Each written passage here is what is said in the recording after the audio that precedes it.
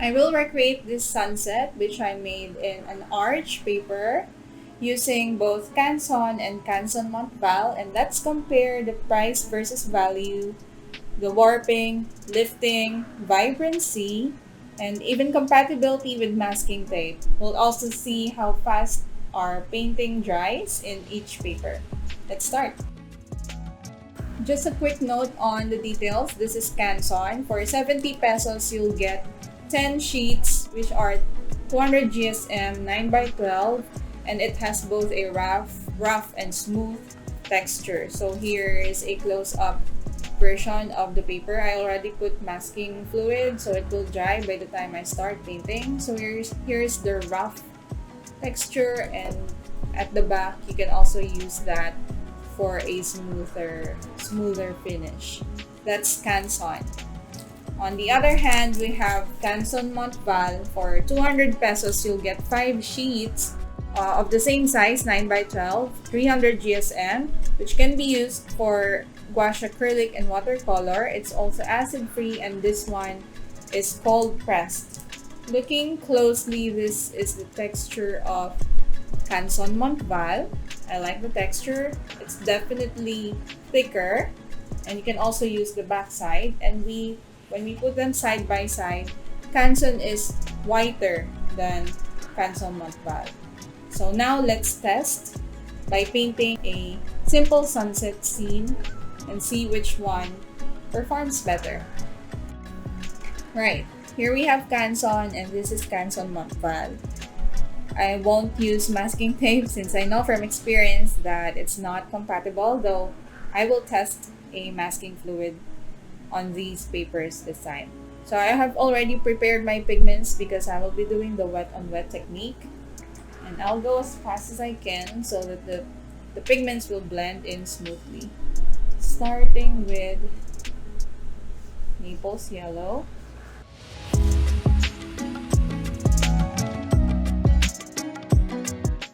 I'll work on one paper at a time.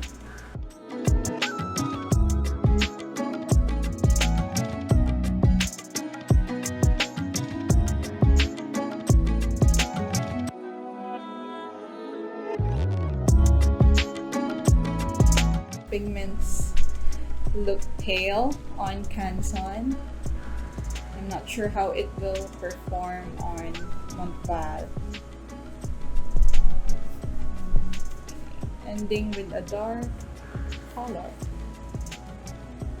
So far with this first layer, it's starting to warp,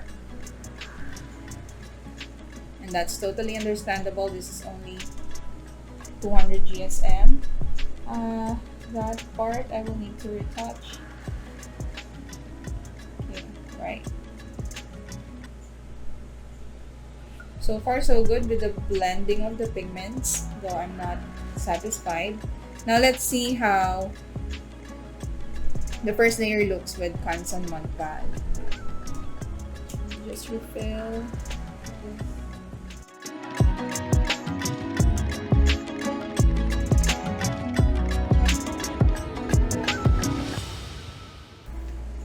Naples Yellow.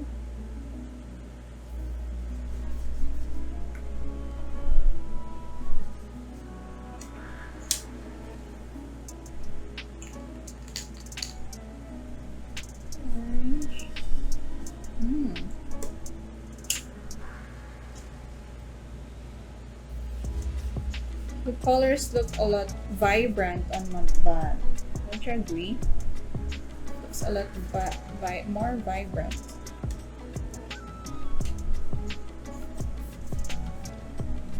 These are the same colors, but you can already see which one reacts with the pigment better.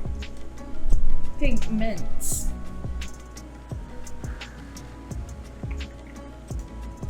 Right, because of the texture, you can see some streaks here, but that's okay. I'll just leave this be. I plan to work on this wet on wet, but Canson has already started to dry, the very first layer that I worked on. So What I'll do is I'll continue working on Canson Montval, re-wet this later, and work on the clouds.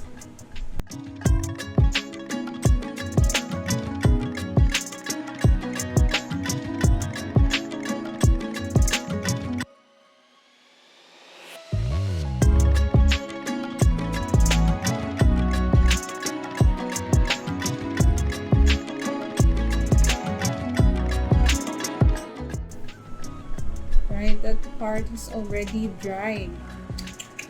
Ooh. Should have worked on that earlier. Okay, I will try to correct that.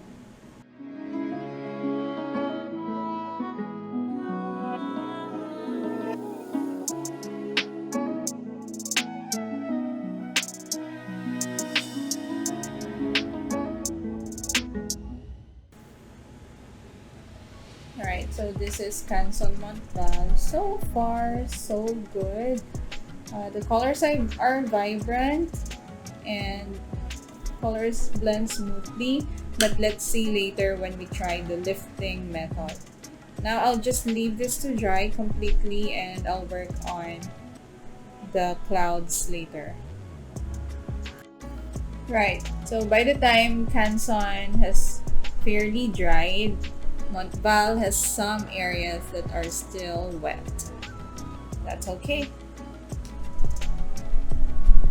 Now I'll gently re-wet the whole area. Gently, so I wouldn't lift any pigment on the first layer.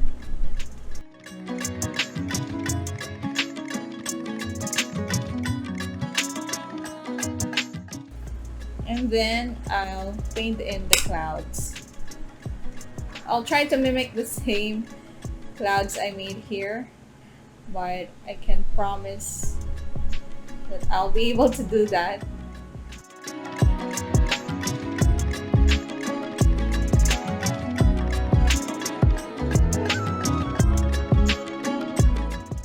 Of course, there are techniques like wet on dry that would work really well with these two papers, but I just wanted to see how a sunset painting will look on these two.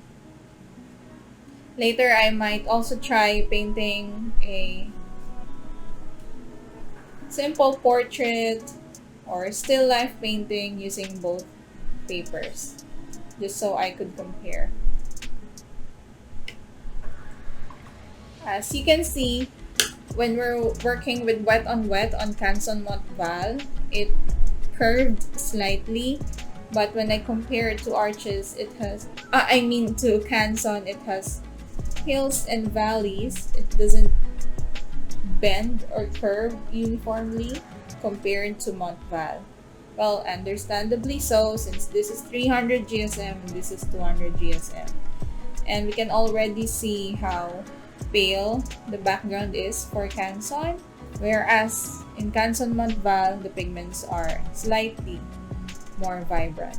Now what's left is for me to let this dry, and then I'll remove the masking fluid, and then I can add the final details and do some lifting.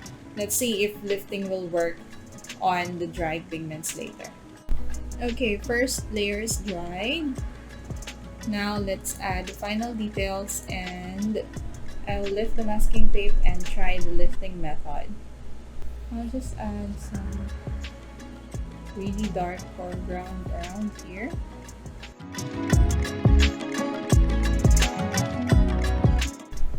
Same for Canson.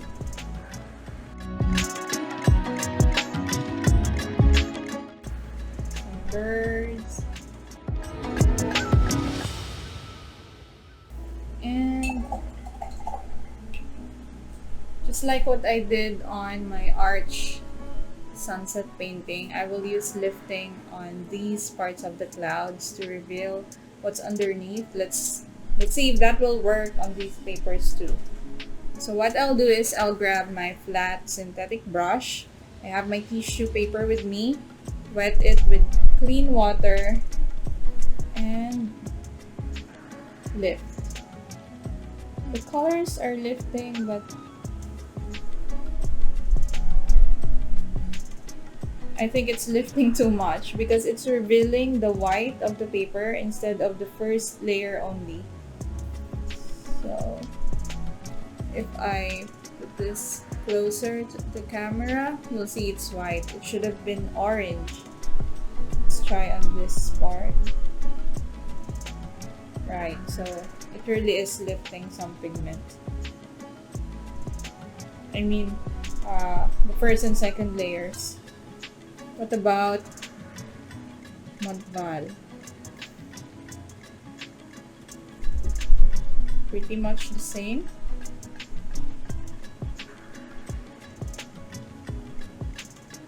Yeah, it's revealing the white of the paper instead of the first layer colors.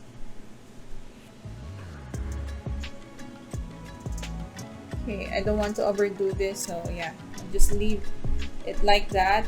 And then it's time to remove the masking fluid. I don't have a rubber pickup, so I'll just use my fingers. Oh, that's nice. Oops. Oh no. Ouch. So, did start off pretty well, but then it lifted up some paper too. Oh, my son looks like... What is that? Is that Pac-Man? Now let's try this one. Slowly, slowly. Oh, nice. Oops! Why did you have to...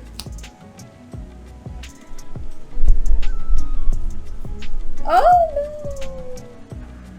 It was so good. You're doing good. But yeah, that's how it is. Now let's try to cover up the mistake, which I think would be hard. There. So what do you think is better? Canson or Canson Montval?